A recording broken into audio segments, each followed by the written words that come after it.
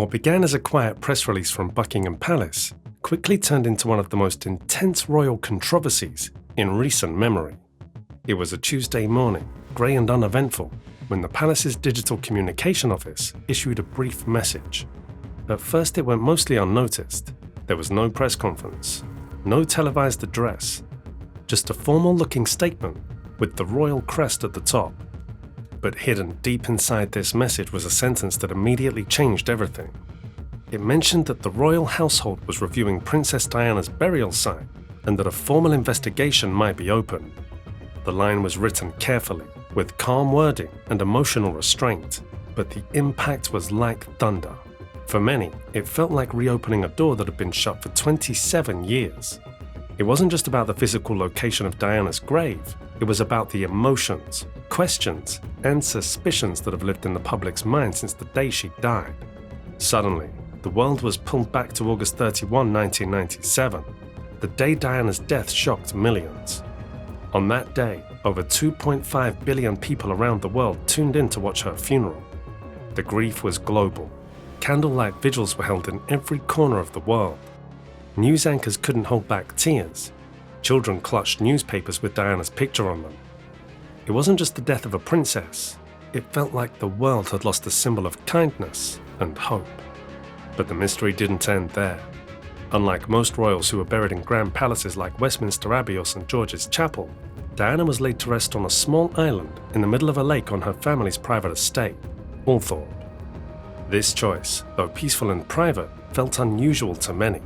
Her burial site is not open to the public. People can only view it from across the water, and security around the island is extremely tight, including cameras, alarms, and even underwater protection. Her brother Charles Spencer, who owns the estate, said this was to give her peace. He believed Diana deserved a place free from the media circus that followed her during her life. But years later, private letters between the palace staff and the Spencer family revealed tension.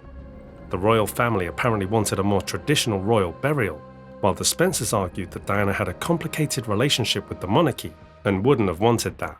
But the discovery that followed changed everything. Even more surprising was a diary entry from a close friend of Diana.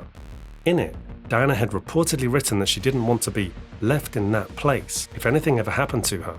She wanted a resting place where people could find her and feel close to her. But that's not what happened.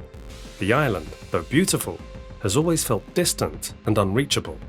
The public connection to Diana, so strong in life, seemed to be cut off in death. Then, in 2017, a confidential French report quietly re-evaluated how Diana's body was handled after the car crash in Paris. It revealed that her body was brought back to Britain at record speed. Some standard autopsy steps were skipped, toxicology samples were limited, and the coffin was sealed in lead, which makes it almost impossible to reopen without damaging what's inside. These findings raised even more questions. Why the rush? Why so much secrecy? Some believe the answer lies in control. Diana, at the time of her death, was no longer just a royal figure. She had become something bigger, an international humanitarian icon, a public voice independent of the crown. Her relationship with Dodi Al-Fayed, her growing activism, and her rumored plans to move to the US may have made her a perceived threat to the monarchy's control over its image. And then came the biggest twist. Earlier this year, engineers were performing routine erosion control checks near the lake at Althorpe. Using sonar scans to assess the stability of the island, they stumbled upon something unexpected: a large concrete vault hidden beneath the island. This vault wasn't listed in any burial records, architectural plans, or estate blueprints. It was complex, deliberately designed, and completely unexplained. Alarmed by the discovery, the palace quickly stepped in. A team of forensic historians, archaeologists, and structural experts was secretly flown in. Their task was to examine the vault and determine whether it was a risk, either to the estate, to public trust, or to royal reputation. After several nights of quiet investigation, they submitted a report to the palace. The contents of the vault, they said, did not match what had been listed in the 1997 burial records. That revelation was enough to bring King Charles, Prince William, and Prince Harry together for a private meeting at Althorpe. William arrived first, with royal security and legal advisors. Harry, traveling from the US, came later, accompanied by his own security team and a personal legal counselor. No press was told, no photos were released. They met with their father and Charles Spencer for 7 hours behind closed doors. Witnesses later said the brothers looked shaken when they left. They looked like they'd seen a ghost, said one staff member. And then came the official statement. That's when the tone shifted from quiet review to national controversy. At exactly 4 p.m., a senior royal spokesperson stepped out and announced that discussions were underway about the possible temporary opening of Princess Diana's tomb.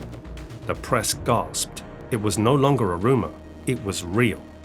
The palace did not explain why the tomb might be opened, but the decision was made public, and the world reacted instantly. Rumors spread like wildfire. Some believed hidden letters had been found. Others thought it might be an object placed in the tomb that wasn't supposed to be there. But the most chilling theory came from an anonymous source. It might be about DNA. Could the palace be preparing to verify something about Diana's remains, or even about royal bloodlines? Was it possible that someone's identity or heritage was in question? These theories brought everyone back to the events in Paris.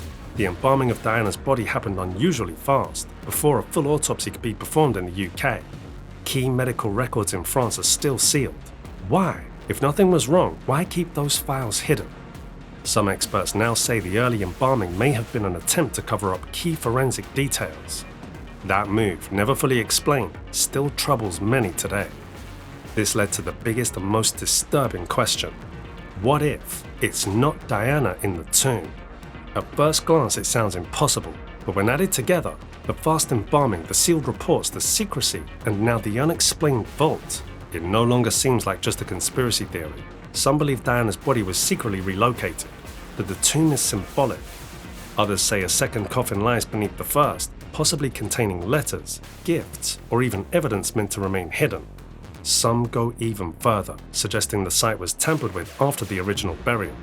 Yet through all this, one person remained silent: Charles Spencer. As the legal guardian of Althorpe, no one can open the tomb without his permission, and he has refused to speak publicly. Sources say he is torn between two promises, one to his sister to keep her safe in death, and one to the public who still wants answers. For him, this isn't politics, it's personal. Diana's tomb to him is not a mystery, it's a place of peace. Prince William reportedly supports a private investigation. He believes the public has a right to the truth, no matter how painful. Prince Harry is said to be more hesitant. He feels that disturbing the tomb might do more harm than good. He reportedly told a friend, "We lost her once already. I don't know if I can go through losing her again." And King Charles? For once, he said nothing. No public comment, no royal nod, just silence. Some see it as wisdom, others see it as fear. Meanwhile, people are returning to Althorpe. They light candles, they hold signs, they stare across the lake at the island that holds so much history, so much pain, and so many secrets.